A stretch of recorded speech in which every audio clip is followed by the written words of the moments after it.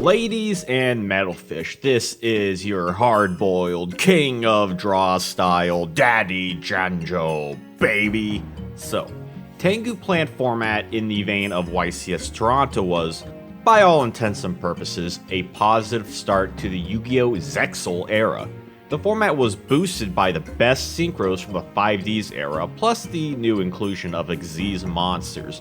Aside from the first month with the difference in detaching rulings, this period wasn't the duelist genesis for the new extra deck mechanic, more so than a new synchro format with a few new toys in the toy box. So the question must be asked, will the following meta scene in our path of Yu-Gi-Oh history double down on XYZ summoning, or will it remain driving along this Starlight Road? Tengu plant video, I discussed the cutoff point for the format, and that at one point, the next release was included in that threshold. Said release would be the next structure deck, Gates of the Underworld, on October 13th, pretty spooky. The Dark World archetype, one that was introduced way back in the GX era, finally got a pre-made deck of their own. Would it be of any use in regards to the meta? In the entire cardboard box, we got 5 new paper cards. For the point of this video, I'll mention 3 of them. First of which is Snow, unlike of Dark World, and yes, that's with 2 W's because she's cool. Snow, if discarded by an opponent's card effect, you can add a Dark World card from deck to hand, and then special summon an opponent's monster from the grave. Next is the Gates of Dark World, which increases Fiend monster stats, as well as allowing you to banish a Fiend from the grave to discard a Fiend, then draw a card. Wow, increasing stats. Man, this is a throwback. Lastly, there's the new boss monster, Grapha, Dragon Lord of Dark World. This Dragonic Fiend can be special from the grave by returning a Dark World monster from field to hand. Next, if Grapha is discarded, you can destroy a card your opponent controls, and if Grapha was discarded by an enemy effect, then you can look at a random card in your opponent's hand, and if it was a monster, you can special that card. So now the once rogue deck has a Searcher, a modernized field spell in the same vein as Dragon Ravine, and a boss monster with multiple powerful effects. Because why not? Now with problem-solving card techs, Konami can print much more extravagant effects with all the real estate they now possess. But will a few power cards be enough to propel the deck to meta viability? Will it follow in the shadow, or light in this case, of the incredible Lost Sanctuary structure deck? We're going to have to wait a bit longer since the next event won't happen until the following month. And before that YCS happens, we have a new core set to go over, so sit tight. Aptly titled for this format, Photon Shockwave would be released on November 10th. The second Zexal core set contains many cards from the Zexal anime, and thus the overlay network was the primary focus here, much like the last set, only containing a single synchro monster. The difference between Generation Force and Photon Shockwave is that in this set we received a variety of ranks we haven't seen before, like rank 1 and rank 8, as well as XYZ monsters that require more than 2 materials. The best of the XYZ would be Giga Brilliant, a rank 3 that detaches to give a field-wide 300 attack boost. Wind Up Zen Mains, a rank 3 that can detach to prevent destruction, and if its effect was used, then you can pop a card in the end phase. Evolzar Lagia, a rank 4 which specifically requires dinosaur monsters that can detach 2 material to negate a summon or back row activation. Finally, there's Evolzar Dolka, with the same requirements as Lagia, that can detach to negate an effect monster's effect and destroy it. With the 2 Dino XYZs, we have a type-specific strategy with undeniably powerful effects. In terms of archetypes, the main 2 are Evil, which begin as the weak Evil-tile reptiles and evolve into Evolzars, which are stronger dinosaurs, and eventually the Evolzar dragons we just discussed, and after that it goes to Charizard, and then Mega Charizard, and I could just go on. However, the real cream of the crop has to be Wind-Ups. No, not Wind-Ups. This isn't a wind deck. While they were introduced in Generation Force, It wasn't until this set where they got a major power-up in Wind-Up Rabbit, which can banish a wind-up monster, including itself, until your standby phase, which makes wind-ups troublesome to get rid of and increase combo potential. There's also Wind-Up Hunter, which is not an animal, I think, which can tribute a wind-up to rip a random card from your opponent's hand. Hunter would be the catalyst for an upcoming loop, so keep an eye out for the wind-up archetype too. In addition to that, power cards would include One Day of Peace, a generic draw card that's great in Exodia, and Rescue Rabbit, which, similar to Rescue Cat, brings out 2 level 4 normal monsters with the same name from the deck, which, as you can imagine, is of similar power to Tour Guide. Due to the TCG still having priority and the way Rabbit vanishes for cost, Rabbit could get its effect off on Summon, bypassing Effect Veiler and Negates of the like. It's certainly a card to keep a watchful eye on moving forward. Oh, and how could I forget about Vanilla and Rabbi Dragon, oy vey. With that said, let's jump right into the next YCS at Kansas City on November 19th. As the first event of this new Shockwave format, were any new Shockwaves made? Looking at the top cut, it appears as if the status quo was the same. Agents were in the loop with Chaos Control, Tengu Plant, and even the Rogue Karakuri deck were among the top 3. With Karakuri, no, that's not Katakuri from One Piece, the tools have been around for a while, so it was only a matter of time for the stars to align. Tengu Plant was as good as ever, and Chaos Control by Courtney Waller made use of the still powerful light and dark monsters like the recently unbanned BLS, Chaos Sorcerer who went to Unlimited in the March list, Thunder King, and Effect Veiler. This is not to say people didn't try out new strategies. Dark World made a few rounds on 9th place at their peak. It was a bit odd to see this as a rogue deck considering their new boss monster can be summoned practically every turn, and the deck gained much needed consistency.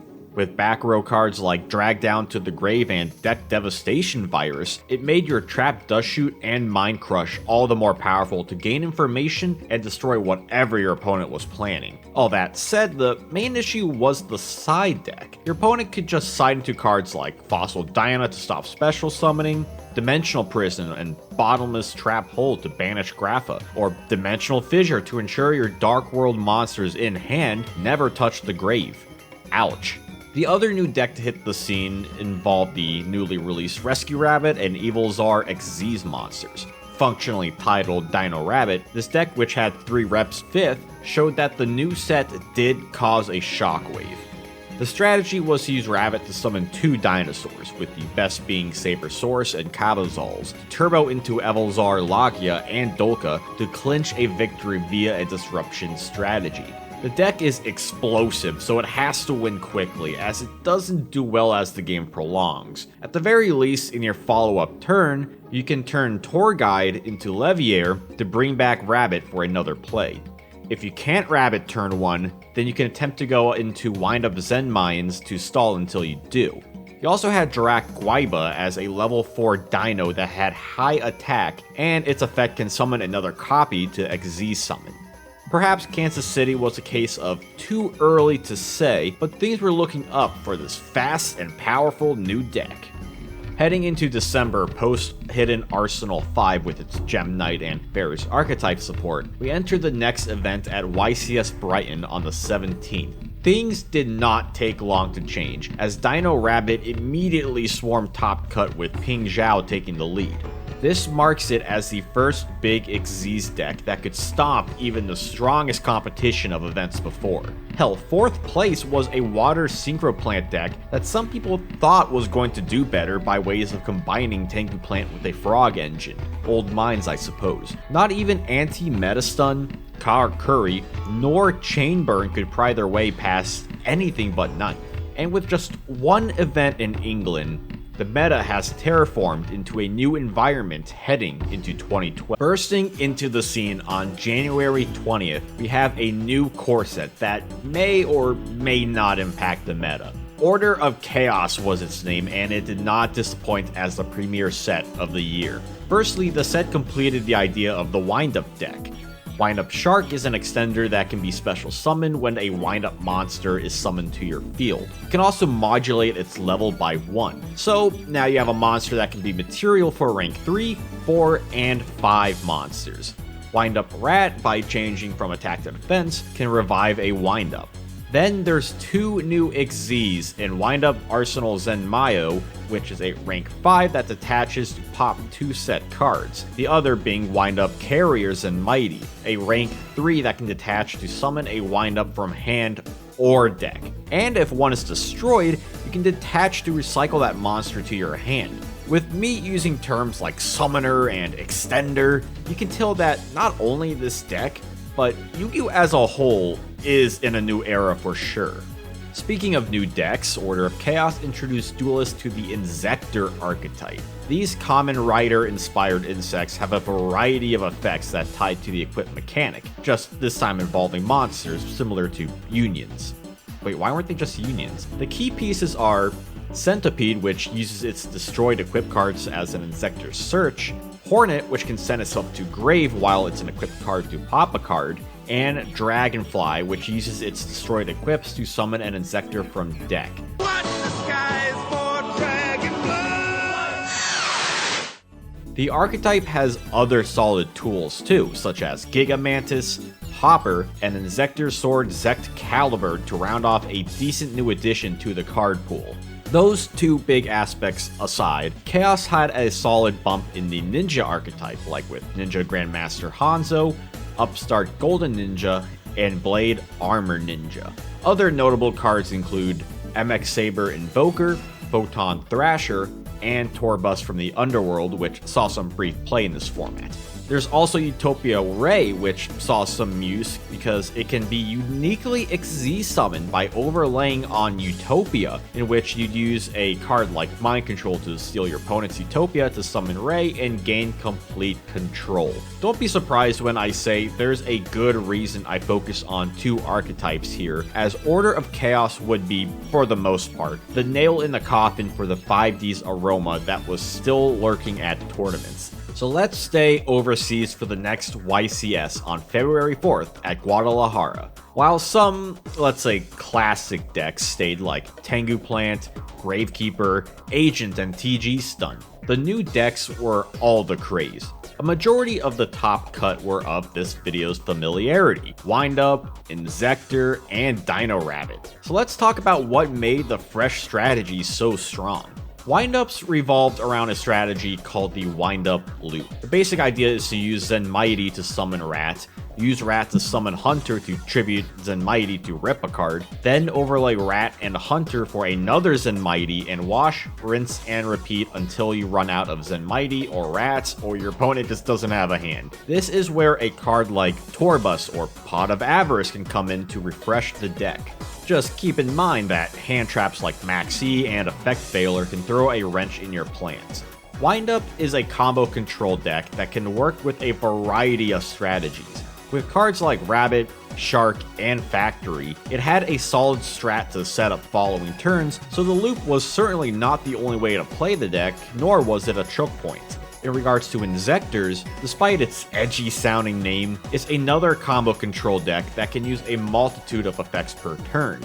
After all, it had what any deck would want: a Searcher, Summoner, Popper, an Extender, a Singer, a Cook, and many ways to trigger its effects. Since a lot of them were involving gaining effects when the monster lost their equip, this made cards like Mirror Force pretty bad, which is an interesting thing to note as this ain't your daddy's Yu-Gi-Oh! Anymore. The main strategy was to use Dragonfly, Hornet, and Centipede as much as possible, since they were not once per turn. Unlike Wind-Ups, Insectors was meta playable from the start, and they proved that at Guadalajara. Ironic enough, the first place deck wasn't even any of these big 3 decks. Rather, it was an oldie but goldie in 6 Samurai by Oscar Zavala. 6 Sams was not a deck that avoided innovation. Truth be told, it shocked a lot of people. The deck that, while it was great in early 2011, it's now a year later and the meta looks totally different from the heyday of Six Samurai, Gravekeeper, and Blackwing, especially at the first event post Order of Chaos where Windup and Inzektor were legal. That said, there were some people who weren't surprised at the upset. Despite a few hits on the September 2011 list, the deck still had the same strong opening and they still had their boss monster in Shien. You could also see that Zavala's side deck game was strong. Rivalry of Warlords countered Dino Rabbit, Shadow Imprisoning Mirror countered both Inzektor and Dark World, and Hand Traps would offset the Windup loop as well as another way to stop Inzektor. Was it a fluke or a case of the right time, right place, right duelist? Time will tell. New for the Yu-Gi-Oh! Trading card game, Dragons Collide. The brightest stars and darkest nights together with the power of the universe. An entire deck for you to use. Dragons Collide Structure Deck. Konami. But the meta would not stay stagnant, as only 3 days later we would see the Dragons Collide Structure Deck. This pre-constructed deck focuses on dragons of the light and dark attributes. Yes, this is Shades of Chaos, just now with a unified type strategy backed up by Lightsworn support. With 5 new cards, let's zone in on the 3 monsters that made the deck function as well as it does. Firstly is Light Pulsar Dragon, which can be special summoned by banishing a light and dark monster from the grave. Furthermore, you can summon it from the grave by banishing a light and dark from your hand. When it's sent from the field to the grave, you can special a high-level Dark Dragon from your grave. Its counterpart in Dark Flare Dragon, no not Dark Fire Dragon, while having the same basic summoning requirement, it also lets you send a dragon from hand and deck to grave to banish a card in grave, and this is once per turn. Finally, we have Eclipse Wyvern, which is like an overlay of the two, makes you wonder why it's not an Xyz monster, which, when this monster is sent to grave, you must banish a level 7 or higher light or dark dragon from your deck. If Wyvern is banished, you can return the previously mentioned banished monster to your hand. With a variety of effects that affect all aspects on the dueling mat, you can be sure this is a deck to watch out for. This carries us to the penultimate event of Shockwave format at YCS Atlanta on February 18. Evidently, Six Samurai was a one-hit wonder, as Atlanta mostly consisted of the big 3, although there was spice sprinkled in as seen with Evol, Dark World, Empty Jar, and Agent in top cut. But similarly to Guadalahara, we saw a surprise deck take first place with TG Stun by Marcus Henderson. Yet the deck that was powerful last format, even after the list, is still strong. Who would have thought? Turns out a deck with bountiful back row hate and searchers and beaters alike can still pull out a YCS victory. Due to the nature of the deck, you could go through it rather quickly to get to your needed cards, which let it keep up with the contemporary meta. And a lot of people were citing Shadow Imprisoning Mirror, which didn't really affect TG. It was certainly nice to see a deck win that didn't consist of expensive staples and no maxi no less. With TG and Six Sams getting the W in recent memory, one must wonder where the new decks fit in if only of the 3, 4 if you include the Dark World Revival, only Dino Rabbit won an event back at Brighton. Why spend money on a wind-up deck if it doesn't see first place results? Let's see how the meta ends up at the final event for the format at YCS Leipzig on the 25th. For the first time in quite some time, the top 16 were only the big 3. Either by popularity or inevitability, Zexal Originals reigned supreme. This deck, piloted by Stefan Sluis, really didn't have anything too distinct from his peers. What worked was Sluis being a skilled duelist and capitalizing on opponents' mistakes. After all, Yu-Gi-Oh! Is a luck-based game that revolves around adjusting your luck by deck builds and not making as many mistakes as your opponent. Leipzig proved that despite other events showcasing duelists trying different strategies to different degrees of success, the meta was funneling into a very defined environment consisting of Dino Rabbit and Inzektor. From February to March, a new list would follow. This list would be one of the most controversial lists Konami would ever put out. But that's a story for a different day. Shockwave format, while following the Tengu Plant format September list, included an abundance of releases that made this format vastly different from before. Every new major release created a powerful new deck. Gates of the Underworld revived the Dark World archetype. Photon Shockwave gave us the top tier Dino Rabbit deck. Order of Chaos finalized windups as a competent deck and introduced Insectors to the meta. And while Dragons Collide didn't shock the system immediately, it would very soon. In many ways, late 2011 into early 2012 was a shockwave. Zexal thus far feels way different than before, with decks that rely more on integration from the entire playfield. Especially by this point when your 3 best decks were about hand looping, heavy advantage by destruction, and linear aggressive disruption. Still, each deck was different enough, and rogue options did exist like Dark World, TG Stun, and Six Samurai, or even Jar strategies. There was something for everyone, even if the dust most definitely settled by the end. But what would come next may just shock the world.